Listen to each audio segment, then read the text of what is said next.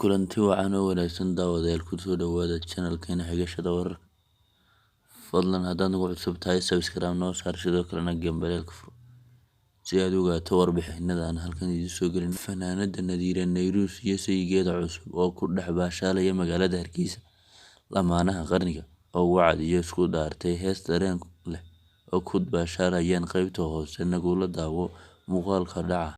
Nadiira neyruus iyo ninkeeda oo toddobaadkii la soo dhaafay meherkoodu ka dhacay magaalada Hargeisa, Somaliland, waxaana la qorsheynayaa xafladda arooskooda inuu ka dhici doono Hargeisa. Sidoo kale muuqaalkan waxay dhaawac ku tahay ninkii hore ee Nadiira neyruus qabay oo wali jacayl xad dhaaf leh u hayo fanaanada Nadiira neyruus. Fadlan daawada haddaad nagu cusub subscribe noo saar sidoo kalena gambaleelka furo si aad warbixinada iyo macluumaadka warka bartan soo gelno aad u ogaatid.